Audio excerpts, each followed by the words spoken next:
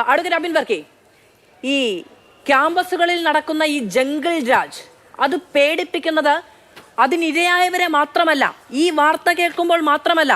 ഇന്ന് SFIയുടെ സംസ്ഥാന അധ്യക്ഷൻ ചോദിക്കുന്നുണ്ട്, കേരളത്തിലെ ഏതു ക്യാമ്പസിലും ഞങ്ങൾ ആരോടും നിങ്ങളോട് അവിടെ പ്രവർത്തിക്കേണ്ട എന്ന് പറഞ്ഞിട്ടില്ല എന്ന്. യൂണിവേഴ്സിറ്റി കോളേജിൽ നിങ്ങളുടെ യൂണിറ്റ് തുടങ്ങാൻ നിങ്ങൾ എത്ര വില കൊടുത്തു? ഇപ്പോൾ ഈ പറയുന്ന പൂക്കോട്ട് കോളേജിൽ നിങ്ങൾക്കൊരു യൂണിറ്റ് തുടങ്ങാൻ കഴിഞ്ഞില്ല എന്ന് നിങ്ങൾ അഭിമാനത്തോടെ അങ്ങ് പറയാണ്. കേരളത്തിലെ ക്യാമ്പസുകളിൽ ജനാധിപത്യമില്ലെങ്കിൽ അത് വകവെച്ച് കൊടുക്കുകയാണ് നിങ്ങളുടെ സംഘടന. അതായത് 2-3 കാര്യങ്ങൾക്ക് മറുപടി പറയാം. അതായത് ഇപ്പോൾ അദ്ദേഹം ഇവിടെ ഞങ്ങൾ ഈ കുറ്റം വിധിച്ചാൽ ഞങ്ങൾ അവരെ തള്ളിപ്പറയുമെന്ന് പറഞ്ഞു. നമ്മൾ ഈ സംസാരിക്കുമ്പോൾ TP ചന്ദ്രശേഖരൻ വധക്കേസിൽ വിചാരണാ നടപടികൾ പൂർത്തീകരിച്ച് സെഷൻസ് കോടതി വിധി പ്രസ്താവിച്ച് അതിന്മേൽ പ്രതികൾ അപ്പീൽ പോയി. കേരളത്തിലെ പരമോന്നത കോടതിയായ ഹൈക്കോടതി വിധി പ്രസ്താവിച്ച് CPMൻ്റെ 5 നേതാക്കന്മാർ കുറ്റക്കാരാണ് എന്ന് വിധിച്ചു കഴിഞ്ഞ 6ാം നാളിലാണ് നമ്മൾ ഈ ചർച്ച നടത്തുന്നത്. ആ 6 പേർ ഇന്ന് CPMൽ ഉണ്ടോ ഇല്ലയോ? SFIയുടെ നേതാക്കന്മാർ SFIയുടെ ഇത്രയും നേരം ഗിരിപ്രഭാഷണം നടത്തിയ നേതാവ് ഒന്ന് മറുപടി പറഞ്ഞു.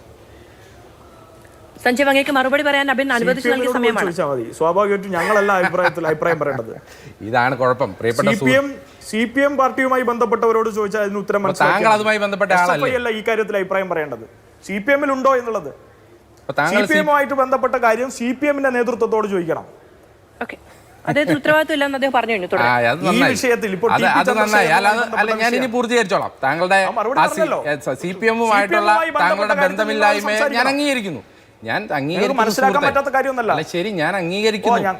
വിദ്യാർത്ഥി സംഘടന എന്നാലും ഈ വിഷയത്തിൽ സംസാരിക്കാൻ TP ചന്ദ്രശേഖരൻ വിഷയത്തിൽ എന്തെങ്കിലും വിവരം വേണമെങ്കിൽ നിങ്ങൾ CPMനോട് ചോദിച്ചാൽ മതി. അതാണ് AKS സെന്ററുമായി ബന്ധപ്പെട്ട ഓഫീസ് സെക്രട്ടറി. അല്ലാതെ ഞങ്ങൾക്ക് ബന്ധപ്പെടേണ്ട ആവശ്യമൊന്നുമില്ല സാർ. ഈ 6 ദിവസം മുമ്പ് ഈ LDFന്റെ കൺവീനറായ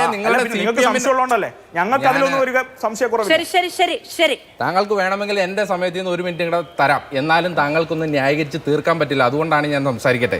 അതായത് 6 ദിവസം മുമ്പ് ഈ CPMന്റെ നേതാവായ LDF കൺവീനർ EP ജയരാജൻ ആ 5 ആളുകളെയും 5 പ്രതികളെയും 51 വെട്ടിക്കൊന്ന അതിന് കൂട്ടുനിന്ന വെട്ടാൻ നിന്നവർ CPMകാരല്ല എന്നും അവർ CPMന്റെ ഭാരവാഹികളായവർക്ക് ഈ കൊലപാതകവുമായി ബന്ധമില്ല എന്ന് പറഞ്ഞ 6ാം നാളിലാണ് നമ്മളിത് സംസാരിക്കുന്നത്.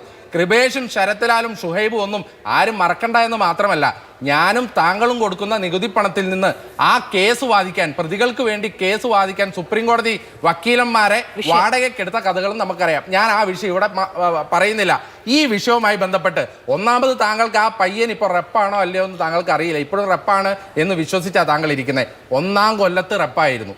2ാം കൊല്ലത്തിൽ നിങ്ങളുടെ കൂടെ നിന്ന് പോയി.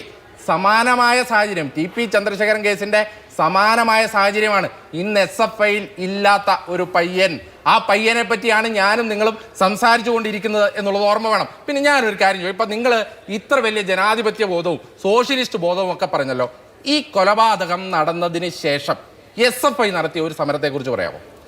SFIയുടെ യൂണിയൻ, SFIയുടെ യൂണിറ്റ് കമ്മിറ്റി, SFIയുടെ ഏരിയ കമ്മിറ്റി, ജില്ലാ കമ്മിറ്റി, സംസ്ഥാന കമ്മിറ്റി, ഇത്ര ദുരൂഹമായ സാഹചര്യത്തിൽ ഒരു കൊലപാതകം നടന്നിട്ട് നിങ്ങൾ ഏത് വിധേനയാണ് ആ കൊലപാതകത്തിന്റെ പ്രതികളെ പിടിക്കാൻ വേണ്ടി ഇടപെട്ടത്?